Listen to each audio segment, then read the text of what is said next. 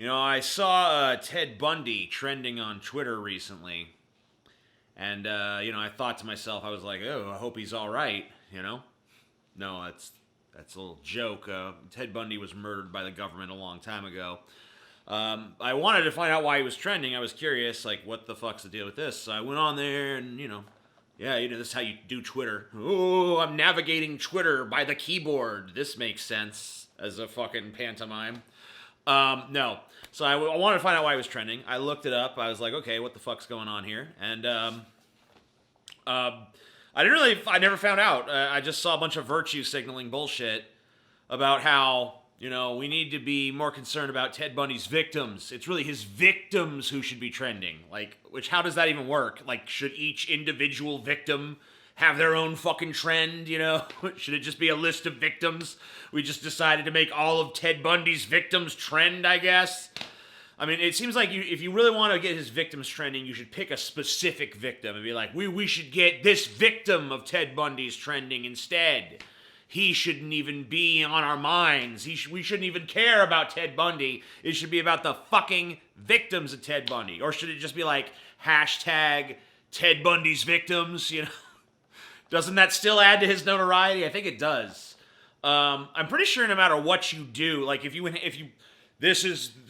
elevate all the victims, like if every Ted Bundy victim was trending, that would actually be more legendary from a Ted Bundy perspective. Like that makes him an even more impressive, mythical kind of American boogeyman figure, doesn't it? Doesn't that just add to the Ted Bundy mythos, right? Yeah. But here's the thing, I appreciate it's what we call not we, but people in the wrestling industry. I don't know why I included myself in that. I've never been a professional wrestler, but the wrestling industry, they got a term. It's called a cheap pop. It's like when you go out and you say something super popular. Like I like good stuff, and people are like, yay! I support the troops. Yay! I support the flag. Yay! Whatever town we're in right now is the best town. Yay!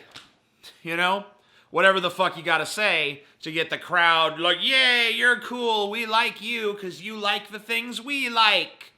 And you hate the things we hate, And, it seems like that kind of thing. It's like a self-righteous cheap pop. It's masquerading as humble, like, I care about the victims. I'm not interested in Ted Bundy. No, no, no. I even saw people who have, they run, Twitters that are devoted to true crime shit, saying this shit. Like, the whole existence of your Twitter is predicated on, true crime shit. But you're going to act like you're not interested in Ted Bundy. You only care about the victims. It's like you got to take this self-righteous route to it. You probably couldn't name fucking 3 Ted Bundy victims if I put you on the spot and you didn't have a fucking device in front of you to look it up. But whatever. Here's the thing. Here's the harsh truth that maybe you don't want to confront. Ted Bundy's victims, not interesting. Sorry, not saying that they're bad, not saying they deserve to die, not trying to say what Ted Bundy did was a good thing, just saying Ted Bundy, serial killer, kind of fascinating. I don't know what it is about that serial killer, the thing that America has like a million TV shows about and a million books about and huge Netflix specials about. I don't know what it is about serial killers that we find so fascinating. Maybe it's the fact that they kill people for fun. Maybe that's what's fascinating about them. You know what's fascinating about the average serial killer victim? The fact that they were killed by a serial killer. That's usually the most interesting fact from the outside looking in about any of these people. Because before that, they were just ordinary people. Ordinary people aren't fucking fascinating. No, crazy people are fascinating. Whether it be a super virtuous, awesome person that does really nice things, or it be a super wicked, evil person that does bad things. That kind of person is fascinating. Your average motherfucker that gets up and brushes his teeth and goes to his fucking job at Subway and makes some sandwiches and goes home and watches some TV and goes to sleep, he's not fucking fascinating. You know why? Because 90% of us are living some fucking variation of that humdrum goddamn existence. Okay? That's why Ted Bundy is fascinating. And saying he's fascinating is not a fucking endorsement of him. Him trending on Twitter is not Twitter's way of bestowing their approval upon Ted fucking Bundy.